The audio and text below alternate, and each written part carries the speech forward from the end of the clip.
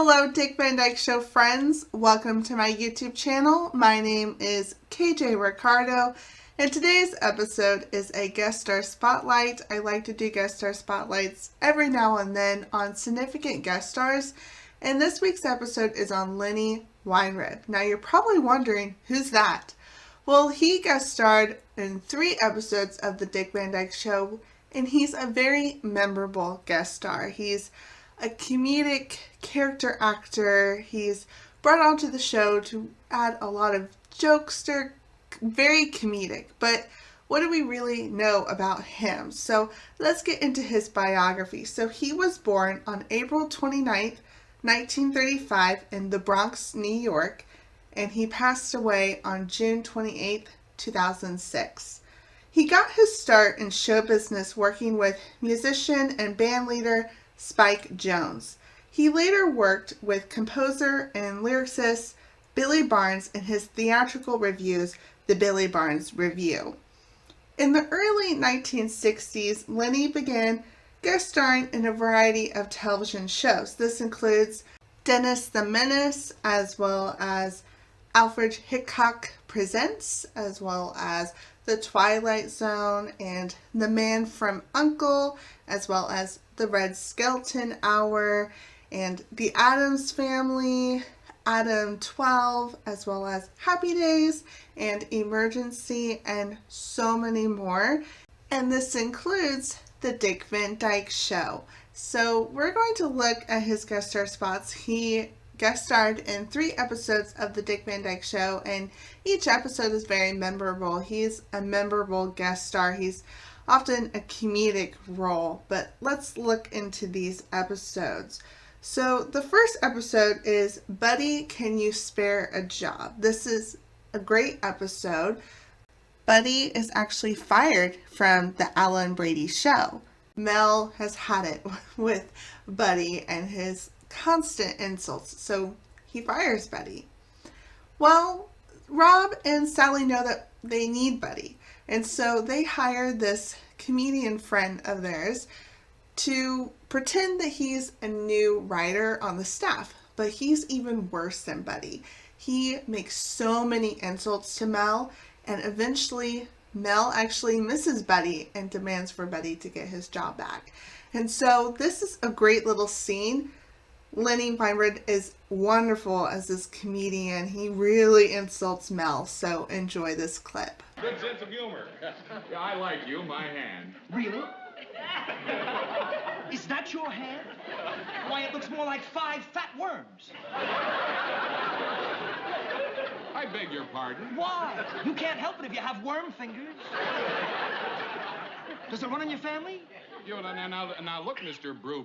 No. Don't make a mistake. Oh, you couldn't hear what you were saying. You had your tongue in the way of your eye tooth and you couldn't see it. Yes, now don't make a mistake. Now just keep talking nice with round tones. Look, do you know who I am? Don't you know who you are? Listen, when you find out, don't tell anybody. I got a question for you. Come right over here. Listen, do you pluck your scalp? This is wonderful. It's the first time I ever saw a bongo with glasses. Rob, is this a rib? No. This is an arm. This is a rib. Do you feel the difference? This is an arm. This is a rib. Now I want you to recite after me. Think. This is an arm. This is a rib. This is an arm. This is a rib. You got it? This is an arm. This is a rib. Yeah, Rob! No. Not Rob. Rib. Now listen, you're not listening to me. You're not paying attention. You're gonna flunk, Melvin. As a matter of fact, you look like a flunky. Rob, you don't tell me what's going on.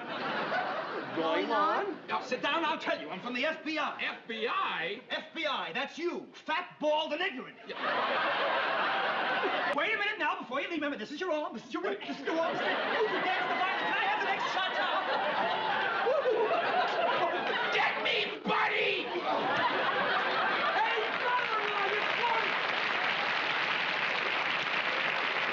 Next is the Sam Pomerance scandals. In this episode, the Dick Van Dyke Show are visiting a lodge, and the guest comedian who's appearing at the lodge is their good friend, and he's played by Lennie Weinrib.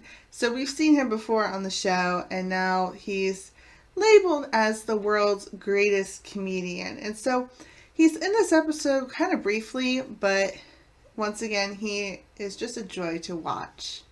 But the last episode is the Impractical joke, and this is my favorite of the three. I love this episode. So in this episode, Buddy wants to prank Rob, and so he has his good friend, played by Lennie Weinrib, call Rob, and Lennie pretends that Rob's phone is out of order, and so he does this elaborate prank on Rob. It is so great. Enjoy this clip. Mr. Petrie, some people have called us and said they tried to reach you and reported your telephone out of order. Really? Seems to be working all right now. Well, that's what we're checking on, sir. Well, thank you very much. It seems to be all right now. Well, it's probably an overcrowded trunk line. Yeah, probably. If you have any trouble, just get in touch with Murdoch. That's me, Murdoch, in the service division. All right, you bet. Bye. Well, Miss Murdoch, you still there? Yes? What's that noise? What noise?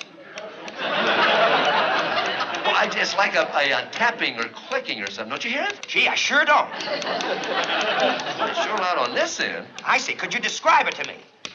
Well, it's just a tapping. I see. What does it sound like? Well, da. This may be a little crazy, Mr. Murdoch. It sounds like the battle hymn of the Republic, you know. Da da da da da da da. Yes, I know. The battle hymn of the Republic. Would you mind trying something? It might save us a trip. Sure. Hold the receiver in your right hand, as I assume you are now. Well, no, I'm left-handed. Well, that's just as good.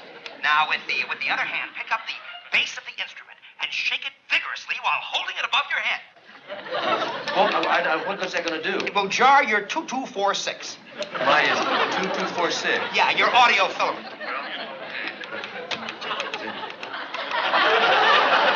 How am I doing? Fine. Just keep on going. Keep going. Mr. Murdoch, there, I guess we did it. Petrie, are you there? Yeah, I'm here. Mr. Petrie! You can't hear me. Mr. Murdoch! Mr. Murdoch, I think I broke the phone. Why did you take it aboard in the first place? The whole thing's ridiculous. Huh? You don't understand mechanical stuff. Talk louder, Mr. Petrie! Well, I can't talk any louder. Will you get some facial tissue? Facial tissue? Yeah, what else? Get a nylon stocking, some hairspray, and a brown paper bag. Now, put all the stuff, the phone and everything, put it in the bag. Yeah, then what? Go out on your lawn, swing it over your head, and scream like a chicken. Who is this? Are you going to do it? Of course not. Gee, I thought a jerk like you would do anything. So Buddy becomes paranoid that Rob is going to get him back. And so eventually he is pranked and he thinks that it's Rob, but it's not. It's actually his good friend, the original prankster. He gets Buddy back and it's such a great scene. May I have the torn form, please? There you are, sir. I'll be glad to do anything. I'll do it. Well, this shouldn't be too complicated. We'll take this form, tape it together. Then you make out a new form, copying this one exactly. Yes, sir. I'll do it. Then put both forms in a paper bag, wave it over your head, and scream like a chicken!